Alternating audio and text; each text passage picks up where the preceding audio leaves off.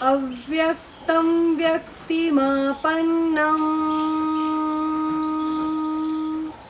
मन्यते माम बुद्धयः परं भावमजानन्तो ममाव्ययमनुत्तमम्।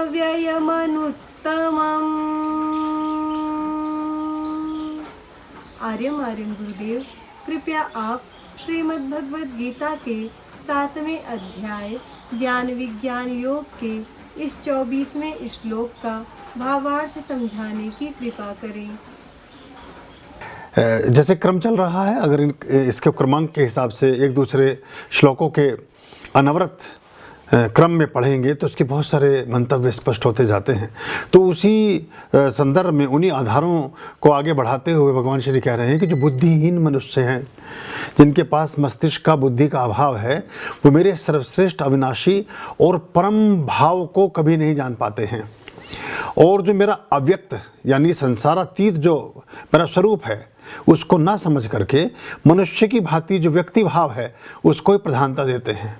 और वो सोचते हैं कि व्यक्ति रूप में जन्मे हैं, ये तो मनुष्य की तरह हैं, ये हमारे जैसे चलते फिरते हैं, हमारे जैसे दिखाई दे रहे हैं, हमारी जैसे इनके सारे क्रियाकलाप हैं, हमारी तरह इनके मुंह से आवाज़ निकल रही है, हमारी तरह इनके 2 हाथ 2 पैर हैं, तो ये तो हमारे ही जैसे हुए।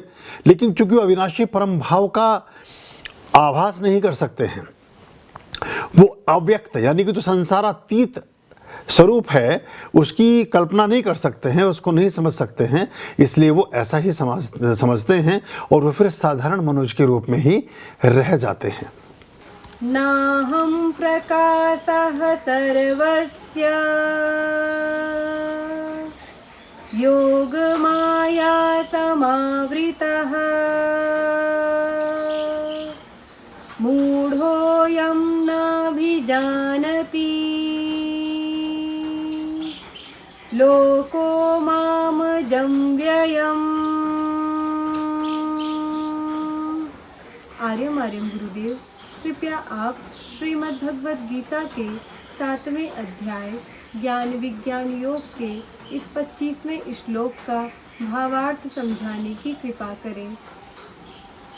क्रम वही चल रहा है, बहुत सी चीज़ों के बारे में स्पष्टता कर रहे हैं, आदेश नाय दे रहे हैं, अपने स्वरूपों के बारे में, मनुष्यों के प्रकारों के बारे में, मनुष्यों की चित्तवृत्ति के बारे में और उनके विभिन्न प्रकार के प्रकल्पों और भावों के और उनके प्रारूपों और प्रकारों के बारे में स्पष्टता आ रही है।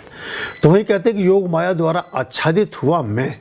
अब देखिए, बड़ी यहाँ कहते हैं, अब एक तरफ तो माया के निषेध की बात कर रहे हैं और फिर ये भी कहते हैं कि योग माया ने मुझे भी आच्छादित किया हुआ है और मैं इसलिए सबके लिए प्रकट भी नहीं हो पाता हूँ। और कहते हैं कि जो मूढ़ लोक, जो ये कहा गया है कि ये जो लोक है, जो कलयुग है, जो मनुष्यों का लोक है, मूढ़ो यम नाभिजानाति लोको माम जमव्ययम।